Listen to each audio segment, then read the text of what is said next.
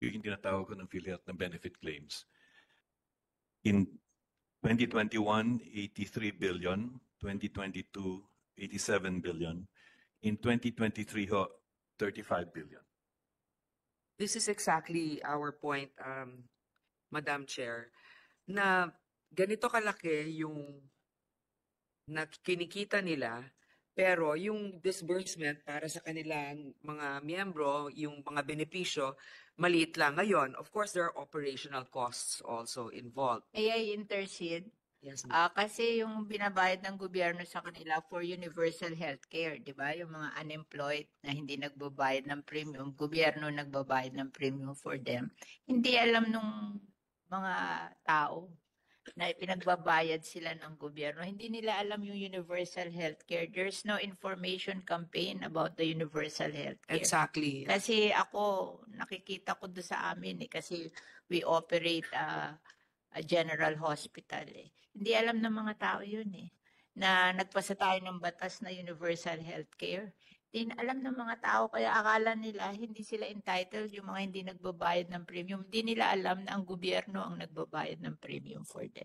Kaya yun ang pagkakamali ng PhilHealth. Hindi nila talaga, wala silang concern na tulungan yung mahihirap na tao na ipinagbabayad ng gobyerno ng premium. Kaya walang nagkiklaim masyado doon. Kaya nga mabuti, finally siguro dahil na rin sa mga moves natin, yung mga pronouncements natin dito, nakinig rin yung administrasyon, napalitan rin yung namumuno. And hopefully ngayon, tinataasan nila yung mga case rates na kino-cover nila. But of course, we still have to continue to evaluate. Now, moving forward, I'd like to ask you, sir, alam natin na, di ba, may mga nagsasabi, syempre yung mga sa kanila, mababankrupt na sila. Wala na silang pera. But can you explain to me the logic between a reserve fund, which they say is about 25 billion, and yung mga iba na mga pera pa nila na meron sila na kumikita ng 25 billion a year, more or less, on interest alone? Totoo ba ito? Madam Chair, the reserve fund of the PhilHealth is based on the laws that cover PhilHealth, the Universal Healthcare Act and Republic Act 7875. The Universal Healthcare Act requires PhilHealth to actually set up a reserve, but not to exceed 2 years. So what the law places in there is a ceiling, and that ceiling or that reserve is set by the board. So if the board sets 1 year, that is allowed. If the board sets 2 years, that is allowed. And based on that reserve cannot be spent by PhilHealth. It's practically to ensure that in the next 2 years, or based on the number of years they set, PhilHealth has enough funds liquid at that. Pero not to exceed. So, bare discretionary rin, di ba? It can be less than an actual reasonable amount. Di ba? That is correct because the law allowed them to set it at that rate. Exactly. So, what is their operational amount a year? Di ba? I mean, kung sinasabi natin like, if the government is subsidizing for indirect contributors about 80 billion a year, they should have at least put 80 billion, di ba? At least po. Okay. So ngayon, alam natin meron pang ibang natatagong pera ang PhilHealth. Tama po ba? Anong tawag doon? At kung hindi yung reserve fund, what do we call that? That would be, ganito po, that would be free funds. Free funds? Yes po. So, saan nakatago ngayon yung free funds nila? Ito po, all the funds or all the cash of PhilHealth po is pooled. So dito po nanggagaling yung claim benefits, their expenses. The reserve amount simply says, this amount you cannot touch for anything else because we are reserving this for at least based on your the reserve. But for the free funds, sir, about how much do they have? Ganito po. If we were to consider the entirety of the cash balance po of PhilHealth, on average or as of the end of 2023, they had 502 billion pesos po. That includes cash, investment in time deposits, and investment in securities. Ito po yung may mga long-term, short-term, but the totality of the total resource is 500 billion. Madam Chair, um, can I just follow up on an important issue, if you will allow, Senator Grace? Sure. No, because they were talking about cash balances, which you raised, very important. But another issue, since PhilHealth has so much cash, can you tell us how much is your payables? Because there's so many hospitals that are not being paid that will already close because ang tagal magbayad. Di ba dapat And every month, and I think PhilHealth's mentality is a delay so that they will earn interest while the hospitals are already bleeding. Sorry. Oh, and then no, I'm glad you raised that. Because, they said they have so much money, reserve fund, 500 billion.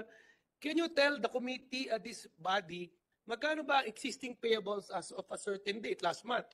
And then, tapos ganito pag hindi mo na-claim yon within a certain period of time, I don't know, like 3 months ba or something, hindi mo na pwedeng i-claim.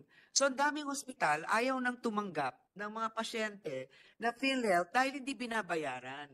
Yun yung point, kaya maraming nagalit nga sa kanila kasi nga, yung pera na meron sila, okay, pwede nilang ilagay sa interest-bearing account na hindi naman nila nire-report exactly how much they're earning from that interest.